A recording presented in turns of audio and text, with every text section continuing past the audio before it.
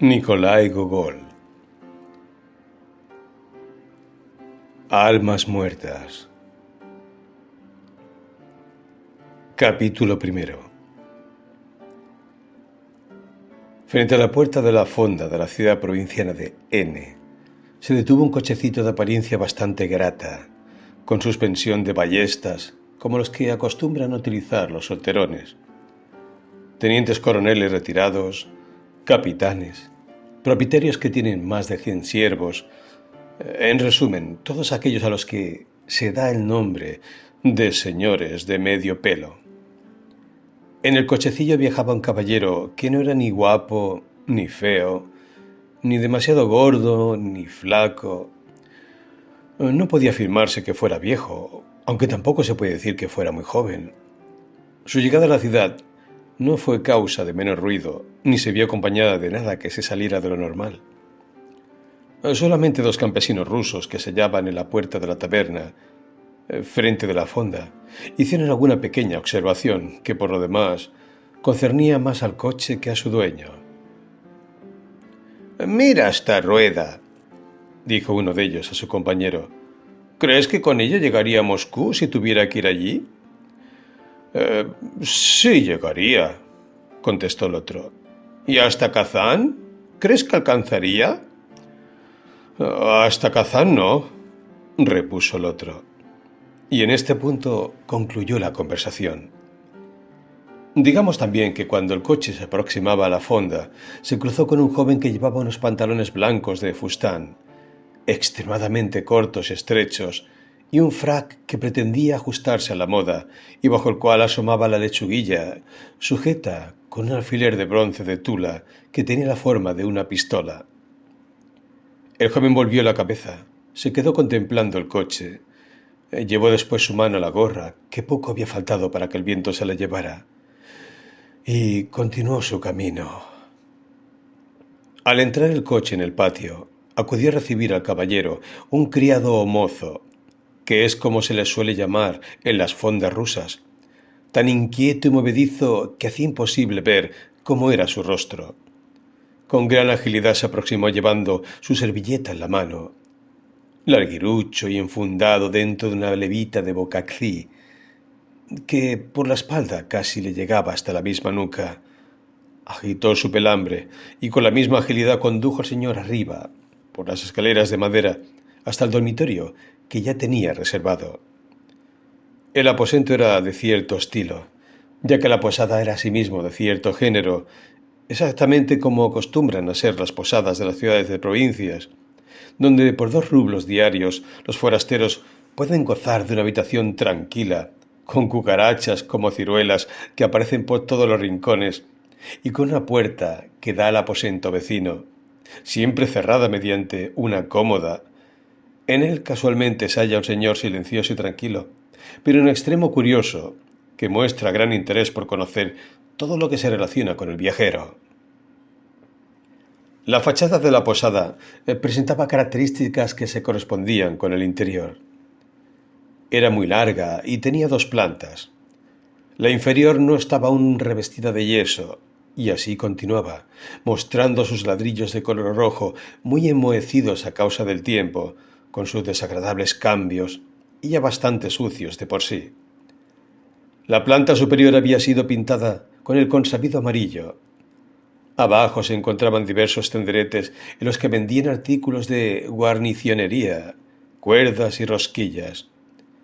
En la esquina, o para ser más exactos, en la ventana de la esquina, se había instalado un vendedor de hidromiel con su samovar de cobre y un rostro tan rojo como el samovar, hasta el extremo de que a distancia se habría llegado a creer que en la ventana había 2 samovares, aunque uno de ellos ostentaba unas barbas más negras que la pez. Mientras el recién llegado se dedicaba a pasar revista del aposento, fueron trayendo el equipaje, al que precedía una maleta de piel blanca un tanto desgastada, con señales de que no era la primera vez que viajaba. Fue subida por el cochero Selifán, hombre de poca estatura que llevaba un gabán corto, y por el criado Petrushka, mozo de unos 30 años, vestido con un levitón muy usado. heredado del señor, por lo que podía suponerse. Con sus gruesos labios y respetable nariz, presentaba un aspecto rudo. Detrás de la maleta siguió un pequeño cofre de caoba con incrustaciones de abedul de carena, unas hormas para las botas y un pollo asado envuelto en un papel azul. En cuanto todo esto se halló en la habitación, el cochero Selifán se encaminó hacia la cuadra para cuidar de los caballos, mientras el criado Petrushka disponía las cosas para acomodarse en la reducida antesala, un cuchitril muy oscuro en el que había dejado ya su capote, y junto con él un olor muy particular que igualmente había sido comunicado al saco que después trajo y en el que guardaba algunas prendas de su uso. En este cuchitril puso, adosada a la pared, una estrecha cama de solo 3 patas, encima de la cual colocó algo que tenía cierto parecido con un colchón que había logrado sacar el fondista, pero tan duro y aplastado, y tal vez tan grasiento como un blin. Mientras los sirvientes se hallaban disponiendo y ordenando las cosas, el señor se trasladó a la sala. Todo viajero conoce sobradamente estas salas.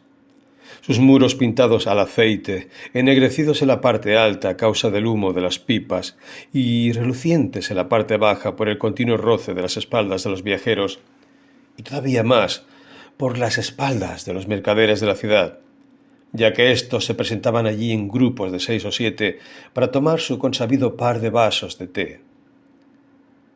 El techo ahumado, al igual que la araña, con su infinidad de vidrios que saltaban y chocaban entre sí cada vez que el mozo se deslizaba por el desgastado linóleo, llevando sus manos con gran habilidad la bandeja donde había tan considerable cantidad de tazas de té como aves en la orilla del mar. Los cuadros al óleo cubrían las paredes. En resumen, igual que en todas las fondas, con la sola diferencia de que en uno de aquellos cuadros figuraba una ninfa con unos senos como no cabe duda jamás vio el lector. Por lo demás, tal capricho de la naturaleza se puede contemplar en diversos cuadros acerca de temas históricos traídos a Rusia nadie sabe cuándo, de dónde, ni por quién. A veces incluso por nuestros próceres, entusiastas de las artes, que los compraron atendiendo el consejo de los cocheros que los acompañaban. El señor se desprendió de la gorra y de la bufanda de lana de vivos colores con que iba envuelto. Una de esas bufandas que a los casados teje su mujer con sus propias manos y que le obsequia al mismo tiempo que le da las instrucciones pertinentes acerca de cómo debe taparse con ella, y que a los hombres solteros nadie sabría decir a ciencia cierta quién se las facilita. Yo jamás he usado bufandas de esa clase. Cuando estuvo situado, ordenó que le sirviera la comida.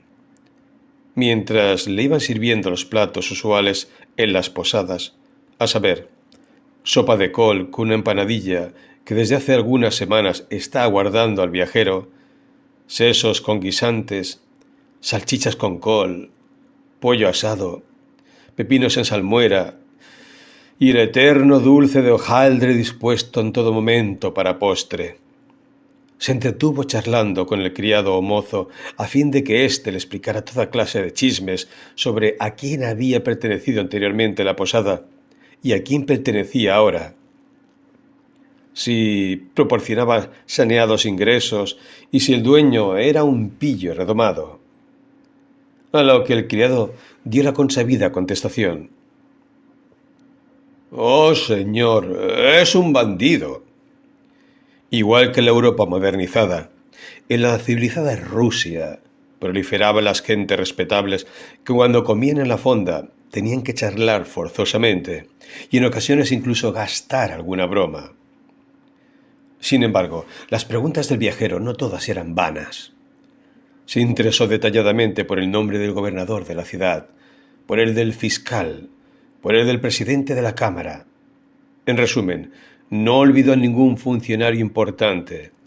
Quiso conocer también detalles más concretos y preguntó, incluso dando vivas muestras de interés acerca de todos los terratenientes importantes, el número de hectáreas que poseían, a qué distancia vivía cada uno de ellos y se dirigían a menudo a la ciudad.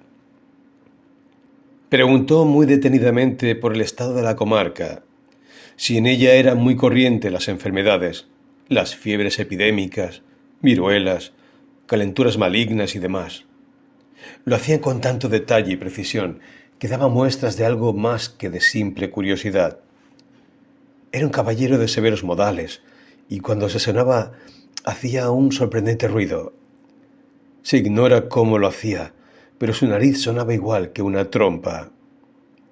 Este don, que podría parecer tan anodino, le granjeó el afecto del mozo de la posada.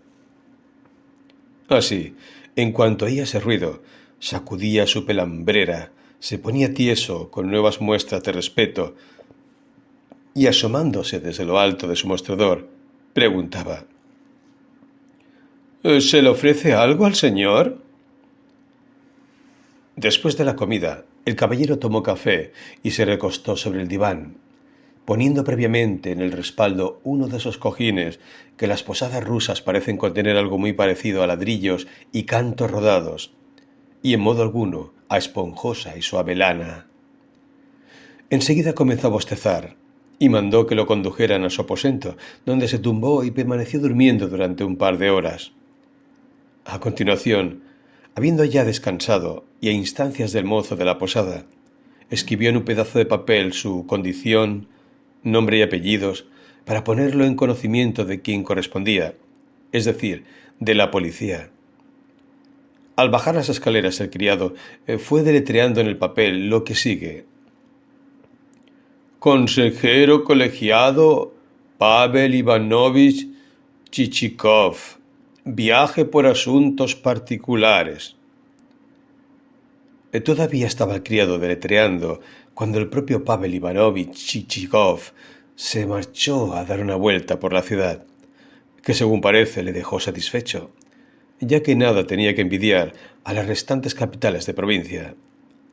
La pintura amarilla en las casas de mampostería hería los ojos, y la pintura gris enseñaba discretamente sus tonos oscuros en las de madera. Las casas tenían una y media o dos plantas, y todas ellas lucían la consabida buharda que tanto gusta a los arquitectos provincianos.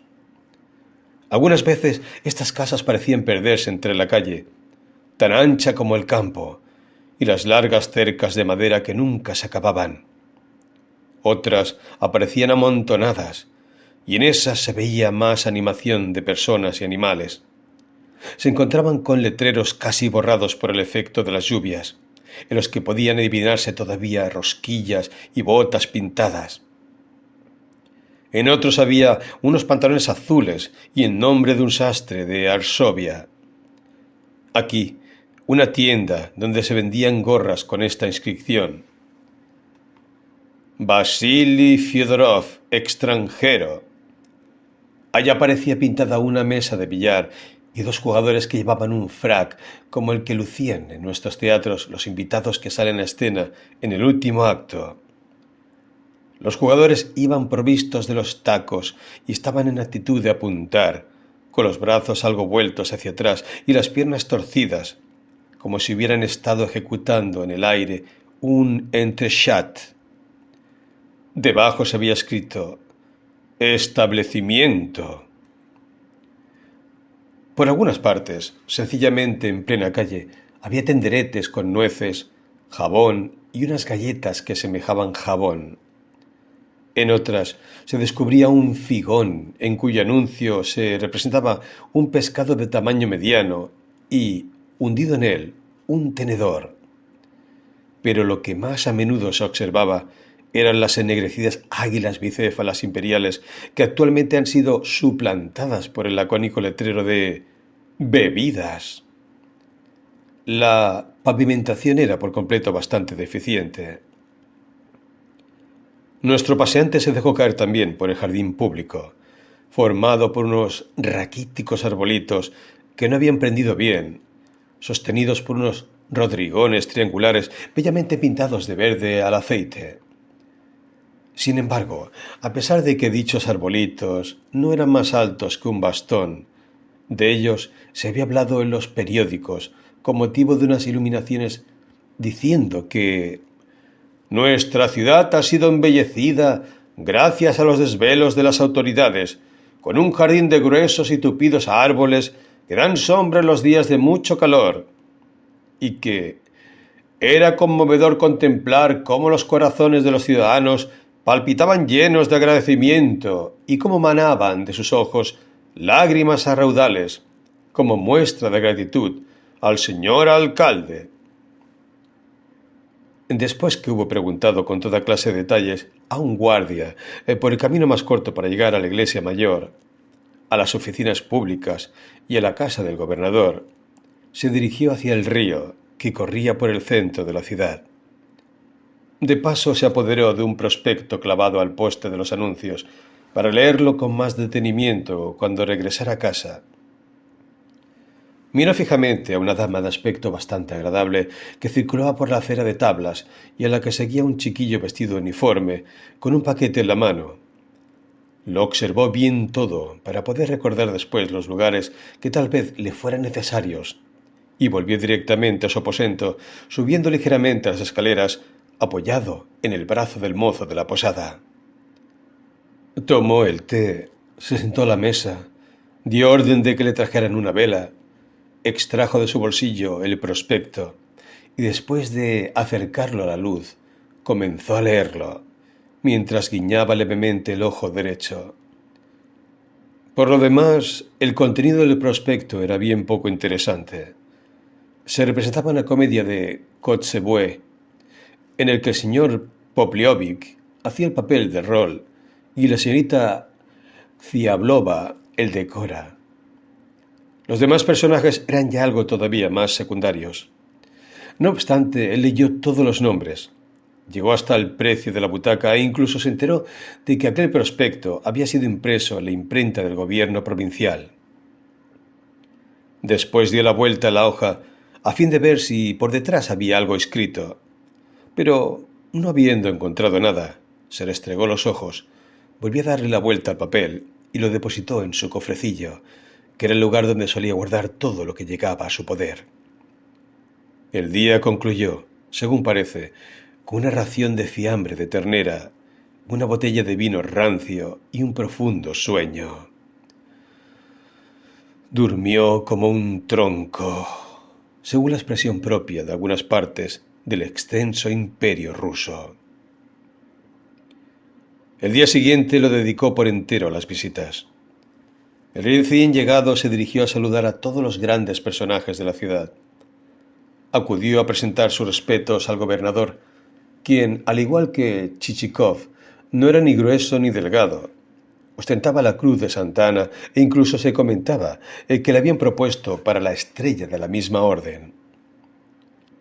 Sin embargo, tenía un carácter en extremo bonachón y en algunas ocasiones incluso bordaba en tul. Después fue a casa del vicegobernador, a continuación a la del fiscal, a la del presidente de la Cámara, a la del jefe de policía. Visitó también al arrendatario de los servicios públicos, al director de las fábricas del Estado. Es una pena, pero se hace un tanto difícil recordar a todos los poderosos de este mundo. No obstante, será suficiente decir que el forastero desplegó una extraordinaria actividad en lo que concierne a las visitas. Presentó sus respetos incluso al inspector de la Dirección de Sanidad y al arquitecto municipal. Después se quedó todavía durante un buen rato en el coche, reflexionando acerca de si le quedaría a alguien a quien visitar, pero en la ciudad se habían agotado los funcionarios. En su conversación con estos grandes señores, había hecho gala de una extremada habilidad en el arte de adular a cada uno de ellos. Al gobernador le dijo, como de paso, que cuando se entra en su provincia tiene uno la misma sensación que si llegara al paraíso, que los caminos eran magníficos y que los gobiernos que nombran a tan sabios administradores merecen todo género de alabanzas. Al jefe de la policía le citó algo muy elogioso referente a los guardias urbanos. Mientras hablaba con el vicegobernador y el presidente de la Cámara, que todavía no habían ido más allá de consejeros de Estado, se equivocó 2 veces, tratándoles de excelencia, lo que a ellos les gustó sobremanera. Resultado de todo ello fue que el gobernador le invitara a una velada familiar que tendría lugar aquel mismo día, y que los restantes funcionarios a su vez le convidasen uno a comer, otro a una partida de bostón y es otro a tomar el té. El forastero no manifestaba muchos deseos de hablar acerca de sí mismo, y cuando lo hacía se limitaba a describirse en términos generales, con gran discreción, y en tales casos aparecían en su conversación expresiones algo folletinescas, que era un mísero gusano de este mundo, indigno de que nadie se preocupara por él, que a lo largo de su vida había visto mucho y que en el ejercicio de su cargo había padecido por defender la verdad, que se había granjeado numerosos enemigos, los cuales llegaron incluso a atentar contra su persona, que, finalmente, ansiando vivir en paz, iba en busca de alguna parte donde fijar su residencia y que, tras haber llegado a esta ciudad, creía que era su deber, ineludible, acudir a presentar sus respetos a los primeros dignatarios. Esto es lo que se pudo saber en la ciudad acerca de esta nueva persona, la cual no desperdició la ocasión de acudir a la velada del gobernador aquella misma tarde. En los preparativos empleó más de 2 horas, e igualmente, en este aspecto, en lo que se refiere a arreglarse, puso el forastero una atención como en contadas ocasiones lo hiciera. Después de haber echado una siestecilla, ordenó que le trajeran agua y se enjabonó por extenso las 2 mejillas, que hacía lo posible por mantener tersas, ayudándose con la lengua. Acto seguido, cogiendo la toalla del hombro del mozo de la posada, restregó en todos sentidos su mofludo rostro, comenzando por detrás de las orejas, no sin antes soltar 2 resoplidos frente a la misma boca del sirviente. A continuación se puso la lechuguilla delante del espejo, se arrancó 2 pelitos que le salían de la nariz y se introdujo en un frac de color rojo pálido con motitas. Así, compuesto, se hizo llevar en su propio coche por las amplias calles, escasamente iluminadas por la débil luz que salía de alguna ventana. Pero eso sí, la casa del gobernador se hallaba iluminada como si en ella se tuviera que celebrar un baile. Se encontraban allí coches provistos de sus faroles. 2 gendarmes montaban guardia junto a la puerta principal, y la lejanía se oían los gritos de los postillos. En resumen, no faltaba ni un solo detalle. Cuando penetró en la sala, Chichikov se vio obligado a entornar los ojos por un momento, deslumbrado por el resplandor de las lámparas, las bujías y los vestidos de las damas. La luz lo inundaba todo. Los fraques negros pasaban y repasaban solos o en grupos, aquí y allá, de igual modo que las moscas revolotean sobre un blanco pilón de azúcar en los calurosos días de julio, cuando la vieja ama de llaves lo corta en perfilados terrones frente a la ventana abierta, cuando todos los chiquillos, agrupados en torno a ella, siguen con curiosidad los movimientos de sus ligeras manos que sujetan el aparato, y los aéreos escuadrones de moscas, alzados por el viento, penetran osadamente, como dueñas y señoras, y aprovechándose de la ceguera de la vieja, a resultas de los años y del sol que la deslumbra, se precipitan sobre los deliciosos terrones, bien por separado, bien en nutridos grupos, saturadas tras el exuberante verano, que por sí solo les ofrece deliciosos platos. No entran con objeto de comer, sino solo para dejarse ver, para ir y venir por el pilón de azúcar, para restregarse una contra otra sus patas delanteras y traseras, o para frotarse las alas entre ellas, o para, estirando las patas delanteras, restregárselas sobre la cabeza, dar la vuelta y emprender el vuelo para regresar de nuevo, formando otros enojosos escuadrones. Acababa apenas Chichikov de lanzar una mirada alrededor, cuando el gobernador, acercándose, lo cogió del brazo y seguidamente le presentó a la gobernadora. También, en esta ocasión, supo el forastero comportarse de modo muy digno. dijo un cumplido muy a tono para un hombre de alguna edad y de categoría ni muy elevada ni muy baja. Cuando las parejas dispuestas para el baile empujaron a los demás hacia la pared, él, cruzando los brazos en la espalda, se quedó contemplándolas atentamente durante unos 2 minutos. Eran numerosas las damas bien vestidas y a la moda, al mismo tiempo que otras se habían ataviado con lo que buenamente puede encontrarse en una ciudad de provincias. Los hombres, como sucede en todos los lugares, se clasificaban en 2 grupos. Unos eran jóvenes y no desperdiciaban la ocasión de galantear a las damas. De entre otros, algunos habrían podido difícilmente ser distinguidos de sus cofrades peterburgueses.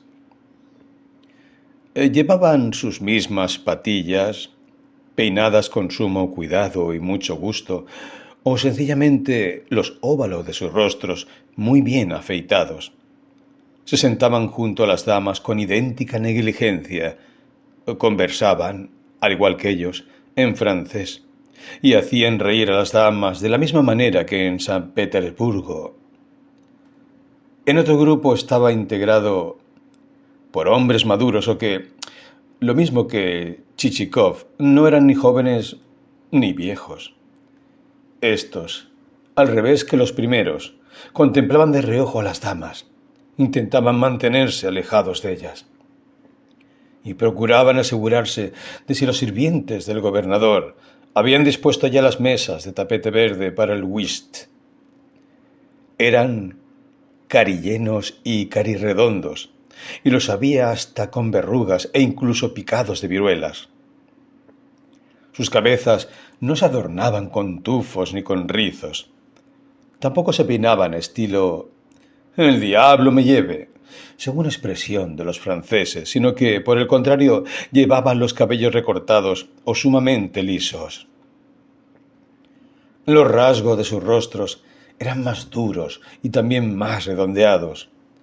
Se trataba de los respetables funcionarios de la ciudad. ¡Ay! Los obesos de este mundo saben disponer y ordenar sus cosas mucho mejor que los delgados. Los delgados son más a propósito para servir como secretarios particulares, o se limitan a figurar en plantilla y revolotear de un lado para otro. Su vida parece demasiado etérea, demasiado ligera, sin ningún fundamento. Los obesos, por el contrario, jamás ocupan puestos inestables, sino muy seguros.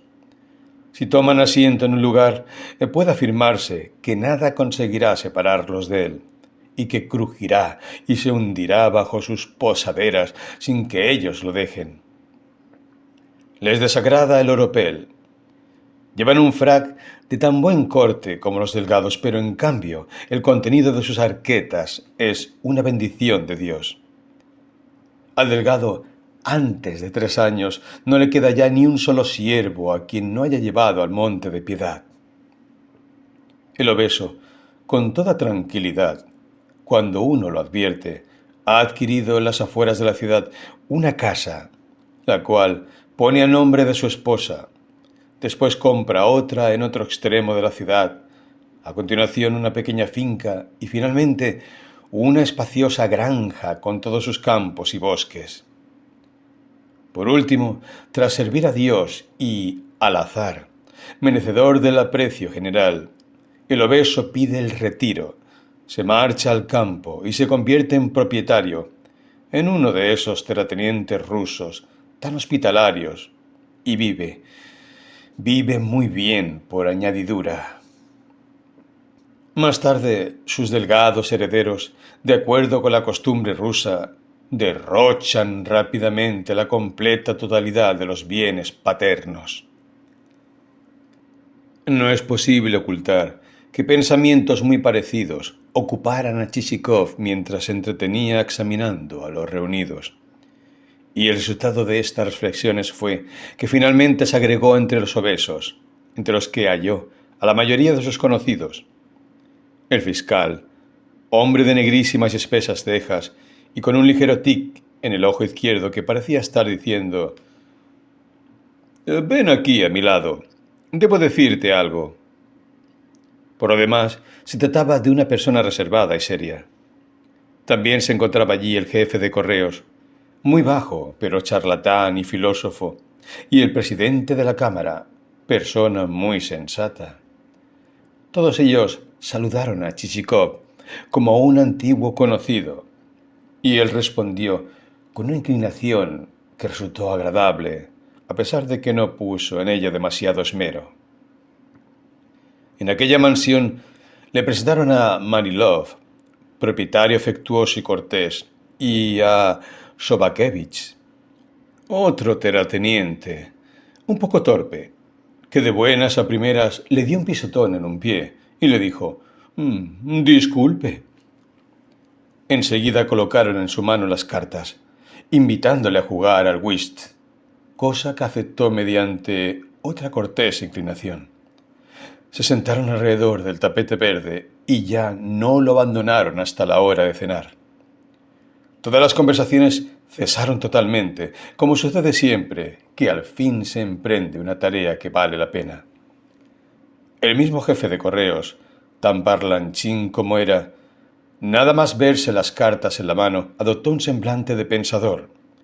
Cubrió su labio superior con el inferior, y así continuó durante el tiempo en que se prolongó el juego. Siempre que echaba una figura, daba un violento golpe en la mesa y decía: ahí tenéis a la vieja mujer del Pope. Y si era un rey, decía: ¡ja! Ahí tenéis al campesino de Tambov. Y el presidente de la Cámara añadía: de los bigotes. Voy a tirarle de los bigotes. En una de las ocasiones, cuando echaban una carta, se les escapaban frases como estas: que sea lo que fuere. A falta de otra cosa, echaremos piques. O bien simples exclamaciones: corazones, corazoncitos, piques, piquitos. O sencillamente: pic. Con estos nombres conocían ellos los palos de la baraja. Al terminarse la partida, como es forzoso en estos casos, discutieron con mucho apasionamiento. Nuestro forastero también discutió, pero lo hacía con un arte tan extraordinario que los presentes pudieron darse cuenta de que, aunque intervenía, lo realizaba de modo muy agradable. Jamás decía: «Usted salió», sino: «Usted tuvo a bien salir. Me cupo el honor de matar su dos», y otras cosas por el estilo. Con el fin de que sus rivales se pusieran de acuerdo, cada vez que hablaba les ofrecía a todos su pitillera de plata esmaltada, en cuyo interior pudieron ver dos violetas que su dueño había guardado para perfumar el ambiente. La atención del forastero se vio atraída sobre todo por Manilov y Sobakevich, los dos propietarios de quienes hablamos antes. Procuró informarse en todo lo que se refería a ellos, y para esto llamó aparte al presidente de la Cámara y al jefe de correos. El tipo de preguntas que les hizo manifestó a las claras que no le guiaba una simple curiosidad, sino que le impulsaba cierta intención, ya que en primer lugar se interesó por el número de hectáreas que poseían, y preguntó en qué estado se hallaban sus haciendas, y solo al final se informó de sus nombres y apellidos. No tardó mucho en cautivarles.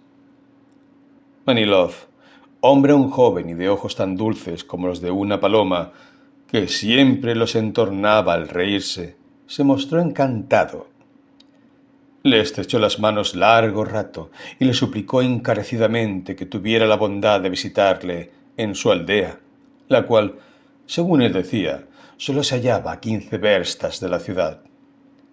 Chichikov contestó, haciendo una cortés inclinación y con un sincero apretón de manos, que no sólo lo haría con gran placer, sino que creía que era un deber sagrado.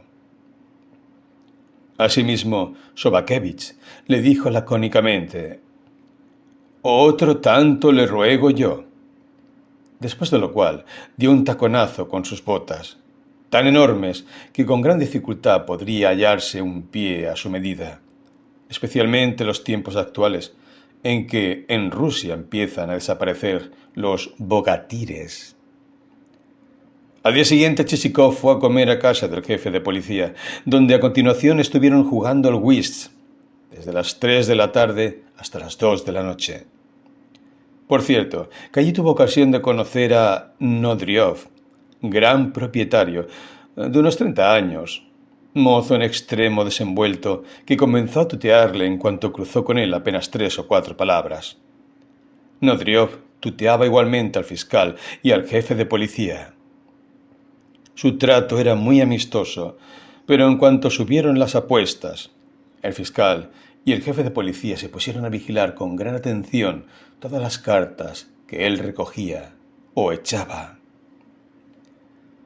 La tarde del siguiente día, Chichikov estuvo en casa del presidente de la Cámara, quien recibió a sus invitados, entre los que se hallaban 2 damas, en bata, que para más detalles estaban algo sucias.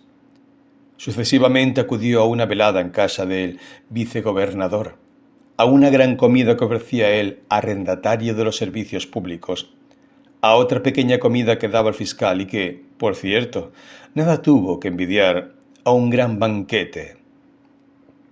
Estuvo también en el aperitivo que dio el alcalde después de la misa y que valió igualmente por una comida. En resumen, ni una sola hora se quedaba en la posada, donde solo se le veía para dormir. El forastero sabía estar siempre en el sitio que le correspondía, y se mostró como hombre experimentado en el trato. Cualquiera que fuese el tema, sabía en todo momento mantener la conversación. Si se hablaba de la cría de caballos, él hablaba también sobre razas equinas. Si se trataba de buenos perros, él hacía observaciones muy adecuadas. Si se terciaba sobre un expediente incoado por la Cámara, demostraba que en modo alguno era un profano en lo que a los asuntos de los tribunales respecta. Si daban en enumerar de virtudes, también en este tema razonaba muy bien, hasta con lágrimas en los ojos. Si se trataba de billar, tampoco se quedaba atrás. Si de la manera de preparar un ponche, tampoco en esto era manco. Si de los funcionarios y vistas de aduanas, sus opiniones y observaciones acerca de ellos eran tan acertadas que se habría dicho que él mismo había ejercido como funcionario y vista aduanero. Sin embargo, lo más destacable era que sus palabras sabía revestirlas de cierta dignidad y comportarse a 1000 maravillas. Cuando hablaba no lo hacía ni demasiado fuerte ni excesivamente bajo, sino en su justo tono. En resumen, si se le mirara por donde se le mirase, era la misma corrección en persona. Todos los funcionarios estaban entusiasmados con la llegada de ese nuevo personaje. El gobernador decía de él que era persona de muy buenas intenciones. El fiscal, que era hombre de mucho sentido común. El coronel de la gendarmería, que era caballero muy culto e instruido. Para el presidente de la Cámara era un señor muy digno y que no andaba a ciegas. Para la esposa del jefe de correos, un visitante extremadamente cortés y amable. El mismo Sobakevich, que en contadas ocasiones hablaba bien de nadie, cuando llegó de la ciudad bastante tarde y habiéndose desnudado, al acostarse junto a su bella mujer, le dijo: «He ido, querida, a la velada que ofrecía el gobernador y a la comida en casa del jefe de policía. Allí he tenido ocasión de conocer al consejero colegial Pavel Ivanovich Chichikov. Es una persona extraordinariamente agradable». A lo que su mujer se limitó a responder con un y a darle un empujón con el pie. Esta opinión tan favorable y halagadora para el forastero se extendió por toda la ciudad y perduró hasta el momento en que una peregrina cualidad de nuestro protagonista y un asunto o lance, como se dice en provincias, en el que se vio envuelto, dejó atónitos a la gran mayoría de los ciudadanos.